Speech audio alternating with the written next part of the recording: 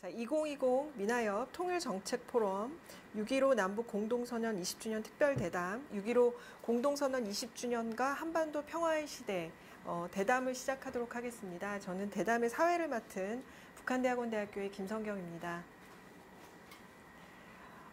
제가 일단 패널분들을 한 분 한 분 소개해 드리도록 하겠습니다. 제 자리를 중심으로 왼쪽 편부터 소개를 해드리겠는데요.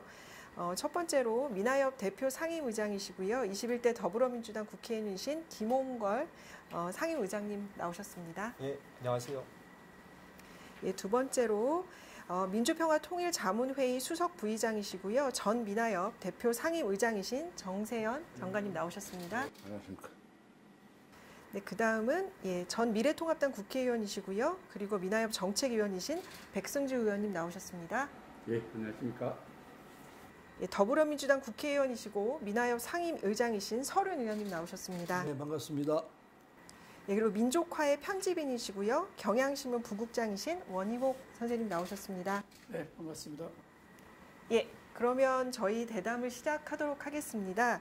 오늘 굉장히 바쁜 시간에 중요한 남북관계 관련돼서 굉장히 중요한 분들 많이 모셨는데요.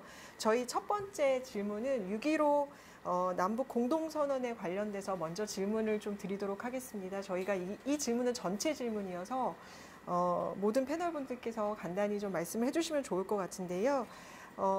우선 6.15 남북 공동선언 20주년이 되는 해입니다. 이 20주년이긴 합니다만 지금 남북관계가 지금 상당히 얼어붙어 있는데요.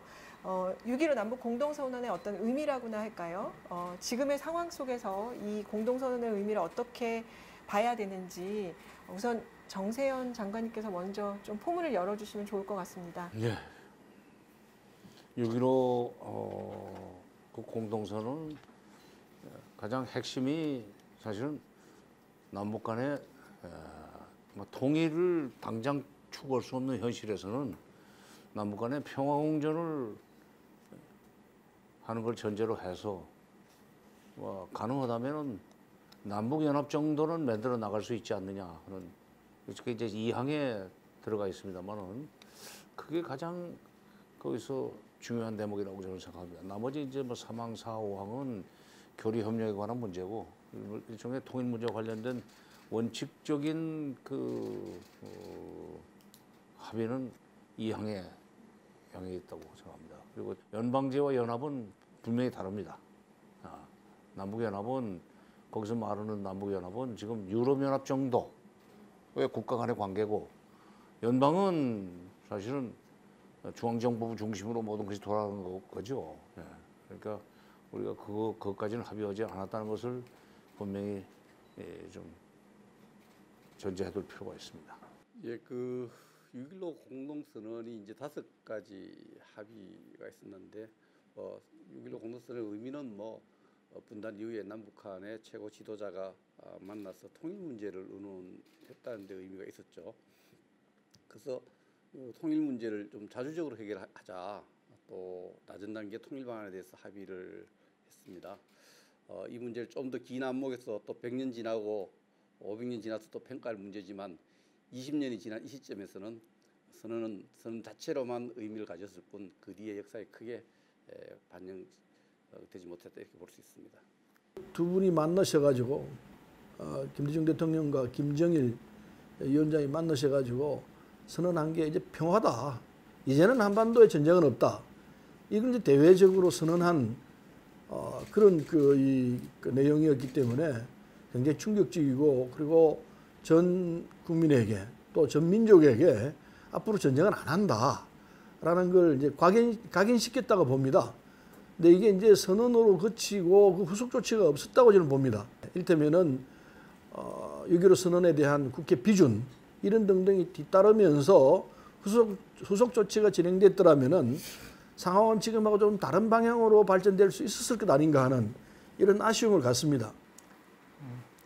예, 6.15 정상회담이 이제 햇볕 정책의 산물로서 이루어진 것인데 정상회담 이후에 물론 이 2년 후에 핵 문제가 발생하고 또 상황이 좀 악화되면서 우리가 기대했던 만큼의 결과, 그러니까 바로 한반도 평화로 이어지는 결과가 나오지 못했지만 결코 6.15 정상회담은 실패라고 할 수 없는 것이고요.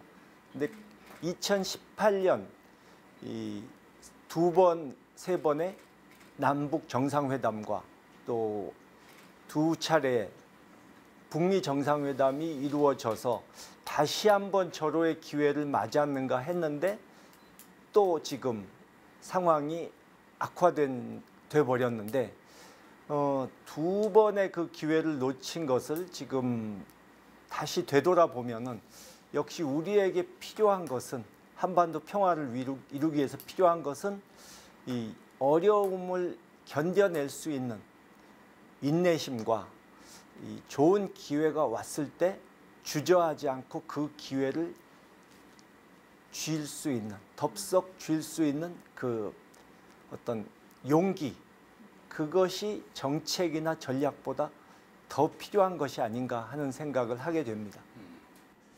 근데 요즘에 이제 이렇게 보면 코리아 무슨 양국 체제라고 이렇게 주장하는 책을 보면 말이죠. 유엔에 각자로 가입되어 있기 때문에 우리 각자의 나라다. 이렇게 주장하는 사람들이 굉장히 저는 많은데 어떻게 보면 이 평화 공존과 교류와 그다음에 이제 통일로 가는 말 그대로 3단계 통일 방안에서 평화 공존을 위해서 유엔 동시 가입이라는 하나의 그 국제적 장치를 얘기한 것인데 그것 때문에 우리 각자 살아야 된다라고 하는 주장의 근거가 된다는 거는 정말 이게 본말이 전도되고 그동안 논의되었던 통일 논의의 과정을 정말 이해하지 못하는, 정말 저는 그런 걸 보면서 우리의 통일 교육, 통일 논의의 전개 교육이 굉장히 잘못되어 있구나. 분단 국가라는 게 과연 무엇인가에 대해서 기본 인식이 부족하구나 하는 저는 그런 생각이 들었습니다. 장관님께서는 공직을 시작하고 난 이후에 2000년, 2007년 남북 정상회담 등 남북관계 역사적 현장에서 굉장히 중요한 역할을 해오셨습니다. 그래서 이 20주년의 의미도 굉장히 남다르실 것 같기도 하고요. 그리고 최근에 남북관계가 여러 가지로 좀 어려움을 겪고 있는 상황에서 어떤 소회라고나 할까요? 혹은 뭐 평가라고나 할까요? 이런 좀 말씀을 해주시면 좋을 것 같습니다. 6.15 공동선언이 있었기 때문에 2004년 14선언이 나올 수 있었고 그보다 좀 더 확대한 거고 구체적인 사업을 규정한 것이 14선언이죠.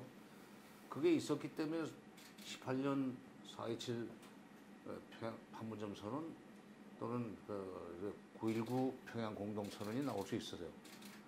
그러니까 6.15 공동선언은 14선언, 4.27 선언, 9.19 선언을 이 나올 수 있게 한 일종의 모태 비슷한 것이 됐습니다. 어려운 상황에 지금 우리가 처해 있지만 그러기 때문에 더 지금 6.15 선언의 정신으로 돌아가야 되고 그런 정신으로 남북이 다시 만날 수 있도록 하기 위해서 여러 가지 국내 외적 준비를 좀 6.15를 계기로 해서 더 확실하게 해나가야 되지 않나 하는 생각이 듭니다. 그러니까 지금 제가 77년에 통일원에 들어갔어요. 그래서 2004년 6월 말에 나올 때까지 통일 문제 일선에서 일을 했던 사람으로서 보면은 남북관계라는 게 지나고 보니까 진짜 추나 추동이 계속 바뀝니다. 봄이 왔다가 여름이 오고 가을이 왔다가 겨울이 오고 뭐 바람이 불었다가 다시 또 무슨 뭐 비가 내리고 그러다 또 따뜻해지고 그러니까 지금 나타나고 있는 지금 우리가 지금 목격하고 있는 남북 간의 긴장 상황 이거 금방 또 지나가는 거예요. 긴 역사에서 보면. 그러니까 지금 눈앞에 벌어지고 있는 일을 이유로 해서 또는 근거로 해서 남북 간에 뭐 회담해봐야 소용없고 정상회담 큰 의미 없다. 선언은 선언에 불과하다. 그런 식으로 보기는 좀 너무 좀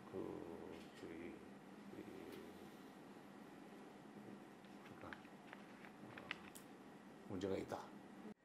지금과 같은 시기에서는 우리가 인내심이 필요하다. 참고 기다리면 다시 남북이 만날 수밖에 없는 상황은 반드시 온다. 지금 북한이 저렇게 도망만 한다고 해서 이게 끝장은 아니다. 조금 기다리자. 그리고 그냥 무턱대고 기다릴 건 아니고 다시 만나게 될 때 어떤 식의 합의를 만들고 그걸 어떤 식으로 이행해 나갈 것인지 지금 로드맵도 짜야 된다는 그런 얘기를